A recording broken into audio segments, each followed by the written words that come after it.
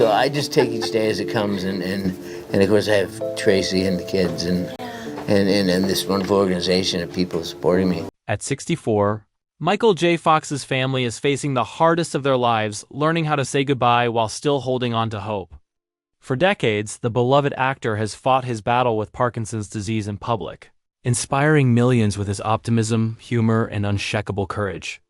But behind the smiles, speeches, and foundation work lies a deeply personal struggle that has quietly reshaped his family's world. In recent years, the progression of his condition has forced difficult conversations, ones no family has ever truly prepared for.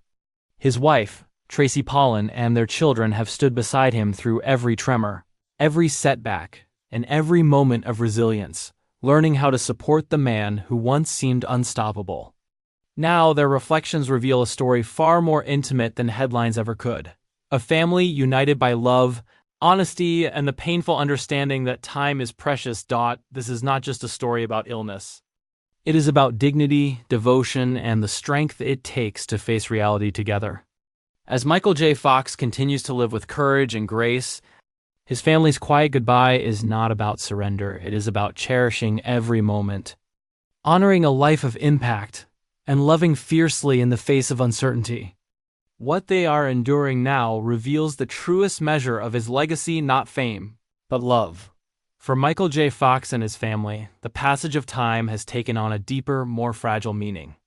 Long before the world began speaking in hushed tones about goodbyes, they had already learned how to live inside uncertainty.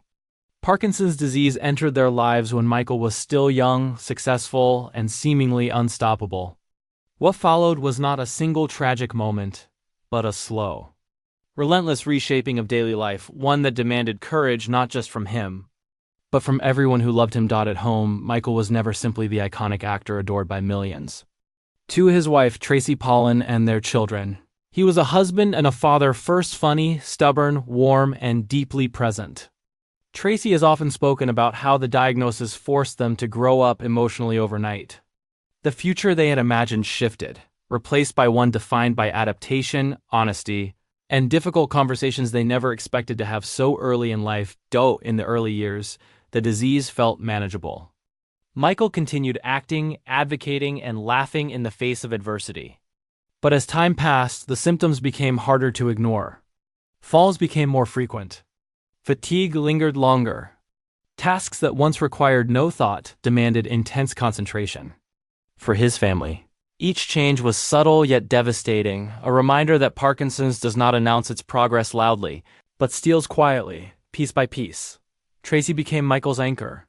Their marriage, already strong, evolved into something deeper and more complex. She learned to read his body language, to sense when he needed help before he asked, and when he needed space to preserve his independence.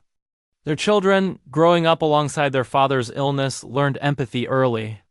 They saw strength not as invincibility, but as persistence, the courage to keep showing up even when the body resists. As Michael aged, conversations within the family became more honest and more painful. There were moments when they had to acknowledge realities they wished they could deny. The idea of saying goodbye was not spoken as a finality, but as an emotional preparation, a way of cherishing the present while accepting that the future would not unfold gently. These were not dramatic scenes, but quiet discussions late at night, filled with tears, humor, and a fierce commitment to face everything together. Despite the physical toll, Michael never lost his sense of humor. Even in difficult moments, he found ways to diffuse fear with wit. His family often says laughter became a form of survival. It reminded them that Parkinson's could affect his body, but it could not take his spirit. Still, they would be lying if they said the laughter erased the pain.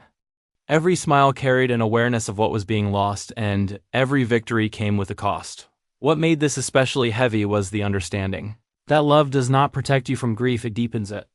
Watching someone you love change, struggle, and endure is a unique kind of heartbreak. For Michael's children, it meant reconciling memories of the energetic father from their childhood with the man who now moved more carefully through the world. For Tracy, it meant balancing devotion with exhaustion, hope with realism, and love with the quiet fear of what lay ahead. Yet through it all, the Fox family remained united. Parkinson's did not fracture them, it fused them together. Each member carried a piece of the burden, supporting one another in ways that words rarely capture. Michael, fully aware of what his family was sacrificing, often expressed gratitude, not with grand speeches, but with presence. A look, a joke, a moment of shared silence that said everything. At 64, the idea of goodbye is no longer abstract for Michael J. Fox's family. It is something they carried gently, carefully, without surrendering to despair. This of their lives is not defined by tragedy alone, but by devotion, the kind that chooses love every day. Even when the future feels uncertain. And as they face what lies ahead, they do so together, holding on to what has always mattered most. Not the roles Michael played on screen, but the life they built side by side, sustained by honesty, courage, and an unbreakable bond. As Michael J. Fox's condition progressed, the quiet strength of his family, especially his wife, Tracy Pollan, became the foundation holding everything together. Tracy never framed her role as heroic, yet those closest to the family understood the depth of what she carried. Loving someone with a degenerative illness is not a single act of devotion. It is a daily choice, repeated through exhaustion, fear, and moments of private grief. For Tracy, that choice was rooted in partnership, not sacrifice. She did not see herself as giving something up. She saw herself as standing exactly where she belonged. Tracy learned to live in two emotional worlds at once. In one, she encouraged independence, respecting Michael's fierce desire to remain himself for as long as possible. In the other, she prepared for the moments when help was unavoidable. This balance was delicate. Too much protection risked taking away dignity. Too little could invite danger.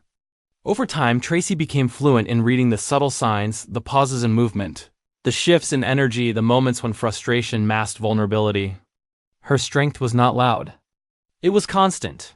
Their children grew into adulthood alongside their father's illness, shaped by a reality far different from that of their peers. They learned early that love sometimes looks like patience, and that strength often shows up quietly. Watching Michael navigate Parkinson's taught them resilience, empathy, and an unfiltered understanding of life's unpredictability.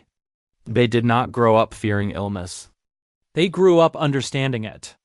And in doing so, they developed a profound respect for their father, not as a celebrity, but as a man who refused to surrender his spirit. Family conversations evolved as the years passed. Topics once avoided became necessary. The Fox family spoke openly about safety, limits, and the future, not to dwell on loss, but to protect one another emotionally. These discussions were not cold or clinical. They were deeply human, often filled with tears, humor, and moments of shared silence. Michael insisted on honesty. He wanted his family to speak freely, to grieve openly when needed, and to celebrate fiercely whenever they could. What made these years especially complex was Michael's awareness of his own decline. He was not shielded from reality, nor did he want to be. Instead, he faced it head-on, using transparency as a way to maintain control over his narrative. His family respected that choice, even when it hurt. They understood that allowing him to speak openly about his condition was a form of dignity, a way to remain fully himself in a body that increasingly resisted him. Tracy often speaks about the exhaustion that caregiving brings, though she rarely centers herself in the story. There were days marked by physical fatigue and emotional overload, days when fear crept in uninvited. But she also speaks about moments of unexpected grace-shared laughter, small victories, and the deep intimacy that comes from facing hardship together. Love, she learned, does not disappear under pressure. It deepens. For Michael's children, saying goodbye did not mean letting go. It meant learning how to hold on differently. They cherished time with their father in new ways, measuring joy and presence rather than activity. A conversation, a shared joke, a quiet moment became priceless. They learned that legacy is not built through achievements alone, but through the way a person shows up, even when it's hard. As a family, they rejected the idea that Parkinson's defined Michael's life. It shaped it, yes, but it did not own. Advocacy, humor, honesty, and love remained central to who he was. His foundation work continued, not as a performance of strength, but as a reflection of purpose. His family stood behind him, proud not of his endurance, but of his integrity. At 64, the Fox family understands that the road ahead will not be easy. But they also know that they are not walking it blindly. They have already faced fear, uncertainty, and grief and discovered that none of it was stronger than love. Saying goodbye for them is not a single moment. It is a gradual, tender process of acknowledging change while fiercely protecting connection. In this of their lives, Michael J. Fox's family is not defined by tragedy. They are defined by devotion, the kind that stays, adapts, and loves without conditions. And in that devotion, they continue. Michael himself became more reflective. Those close to him noticed that while his body grew more fragile, his emotional clarity sharpened. He spoke more openly about gratitude, about the people who mattered most, and about the importance of being honest with oneself. For his family, these conversations were both beautiful and devastating. Hearing him articulate love so clearly felt like a gift and a reminder that nothing lasts forever. Tracy Pollan describes this period as one of quiet reckoning. The big fears were no longer abstract. They lived in the background of everyday life. A stumble could turn serious. Fatigue could arrive without warning. Plans were made carefully, always with an awareness of limitations. Yet within those boundaries, the family found surprising freedom. They stopped postponing joy. Celebrations became more intentional, conversations more meaningful, and time together more sacred. For their children, this brought a deeper emotional maturity. They began to see their father not just as a parent, but as a human being navigating loss in real time, the loss of ease, of control, of certainty. That understanding reshaped their bond. Respect replaced expectation. Compassion replaced frustration. They learned that strength does not always look like pushing forward. Sometimes it looks like knowing when to rest, when to ask for help, and when to simply be present. The idea of saying goodbye lingered quietly, never fully spoken, yet deeply felt. It wasn't about an ending, it was about preparation. Michael wanted his family to live fully, even if that meant imagining a future without him. Those conversations were not morbid. They were loving. He encouraged them to be honest about fear, to cry when needed, and to never mistake endurance for silence. In doing so, he gave them permission to grieve gradually, instead of all at once. There were moments of profound sadness. Watching Michael struggle with tasks that once came effortlessly was heartbreaking. The family often describes the grief as layered mourning small losses as they happened, even while he was still there. But there were also moments of deep connection. Sitting together in silence, sharing memories, laughing at old stories. In those moments, Parkinson's faded into the background, and what remained was love, simple, powerful, and unchanging. Michael's public openness about his condition mirrored what was happening at home. He believed that truth created connection, not weakness. His family supported that belief, even when it meant exposing their vulnerability to the world. They understood that by sharing his reality, Michael was helping others feel less alone. But privately, they also protected their space, holding on to moments that belonged only to them. As time became more fragile, priorities shifted. Success, schedules, and expectations softened. What mattered was presence, being there for one another in whatever form that took. Tracy speaks about learning to let go of control, to accept help, and to forgive herself on the days that felt overwhelming. Love, she realized, is not about doing everything perfectly. It's about staying. At 64, Michael J. Fox's family lives with a delicate balance of hope and acceptance. They do not pretend that the road ahead will be easy, nor do they allow fear to define their days. Saying goodbye for them is not a single moment in the future. It is an ongoing act of love in the present. In this, what emerges most clearly is not tragedy but tenderness. A family choosing honesty over denial, presence over fear, love over loss. And as they continue forward, they carry with them a truth Michael has shown the world again and again, that even in the face of uncertainty, a life filled with meaning is still possible, especially when it is shared. As Michael J. Fox's family looks toward the future, they do so with a quiet understanding that life will never return to what it once was, and that it doesn't have to. This final is not about endings, but about continuation. About how love adapts when circumstances change, and how meaning survives even when certainty disappears. For the Fox family, saying goodbye is not a moment marked on a calendar. It is a gradual, deeply human process of learning how to live fully while letting go gently. Michael has spoken openly about reaching a point where acceptance became necessary, not as defeat, but as clarity. He understands his limitations now in ways he didn't before, and that understanding has shaped how he chooses to spend his time. Fame, accolades, and ambition have faded into the background. What matters most are the people in the room, the conversations that linger, and the moments that don't need to be rushed. His family sees this shift not as loss, but as wisdom earned the hard way. Tracy Pollan continues to walk beside him with the same steadiness that has defined their marriage for decades. She does not pretend that the road ahead is easy. There are days filled with fatigue, frustration, and quiet sorrow. But there are also days filled with warmth, days when love feels heavier than fear.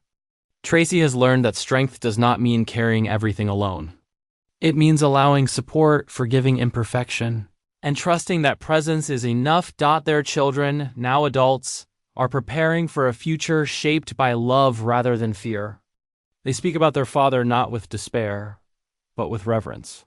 He has shown them how to live honestly, how to face vulnerability without shame, and how to measure a life not by longevity, but by impact.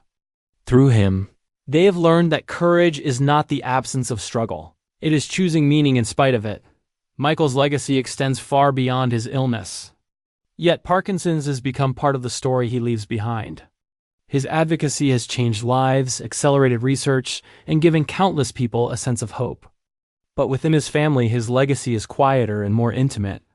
It lives in the way he listens, the way he jokes even when it's hard, and the way he insists on truth.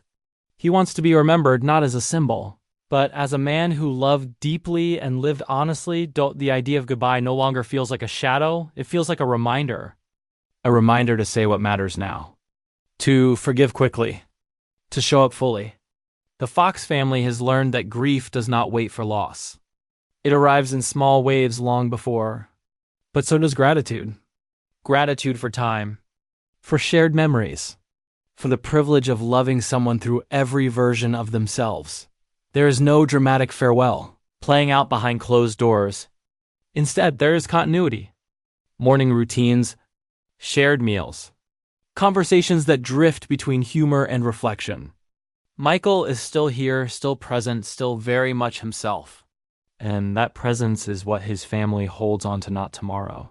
Not someday, but now. At 64, Michael J. Fox's story is not defined by tragedy. It is defined by courage shaped by love and by a family that refuses to let fear write the ending. Saying goodbye when it comes will not erase what they have built. Love does not disappear, it changes form. It becomes memory, influence, and legacy. In the end, this is not about loss. It is about devotion. About choosing one another again and again, even when the future feels uncertain. And in that choice, the Fox family reveals a powerful truth, that even in the face of illness, even when time feels fragile, a life filled with love is still a life well lived.